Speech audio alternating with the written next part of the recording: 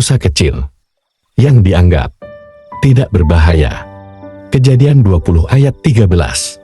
Ketika Allah menyuruh aku mengembara keluar dari rumah ayahku, berkatalah aku kepada istriku, tunjukkanlah kasihmu kepadaku, yakni katakanlah tentang aku di tiap-tiap tempat di mana kita tiba, ya saudaraku. Kuda Troya adalah salah satu kisah perang Troya mengenai tipu daya yang dilakukan oleh orang-orang Yunani untuk memasuki kota Troya dan memenangkan perang. Menurut versi awalnya, setelah pengepungan selama 10 tahun tidak membuahkan hasil, orang-orang Yunani membangun sebuah kuda kayu raksasa dan menyembunyikan beberapa orang di dalamnya. Orang-orang Yunani berpura-pura berlayar pergi, dan orang-orang Troya menarik kuda kayu ini ke kota mereka sebagai lambang kemenangan. Malamnya pasukan Yunani keluar dari kuda kayu tersebut dan membuka pintu gerbang untuk pasukan Yunani lainnya yang kembali mendatangi kota Troya dengan memanfaatkan persembunyian malam. Orang-orang Yunani memasuki kota Troya dan menghancurkannya sehingga mengakhiri perang.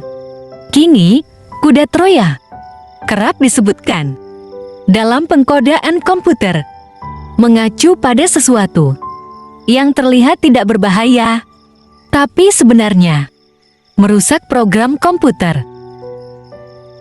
Di Kejadian pasal 20, kita kembali menjumpai Abraham berbuat dosa yang sama dengan menyuruh Sarah, mengatakan bahwa Sarah adalah saudaranya. Sebetulnya, kata-kata Abraham tidak salah karena Sarah memang saudaranya ayat 12. Namun, karena maksud hati, Abraham ingin berdusta dan menipu orang-orang, bahkan berkali-kali di tiap-tiap tempat ayat 13.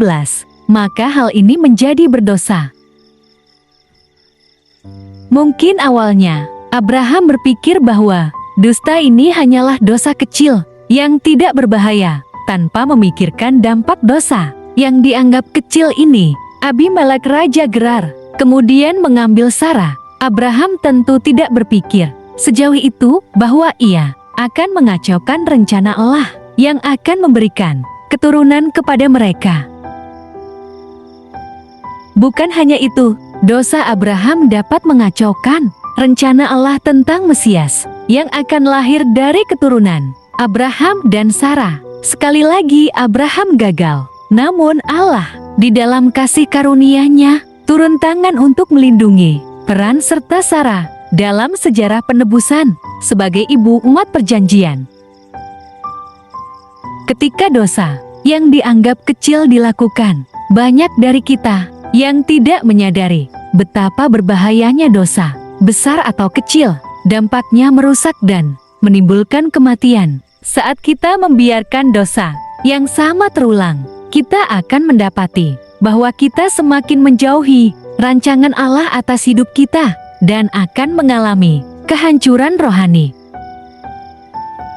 Dalam kitab Ibrani, kita diperingatkan akan bahaya tipu daya dosa. Ibrani 3 ayat 13. Yakobus mengatakan bahwa kenikmatan dosa benar-benar merupakan topeng kematian. Dan apabila keinginan itu telah dibuahi, ia melahirkan dosa. Dan apabila dosa itu sudah matang, ia melahirkan maut. Yakobus 1 ayat 15. Jangan sepelekan dosa. Segeralah bertobat dan memohon kasih karunia Tuhan untuk menolong kita agar tidak terpedaya oleh dosa.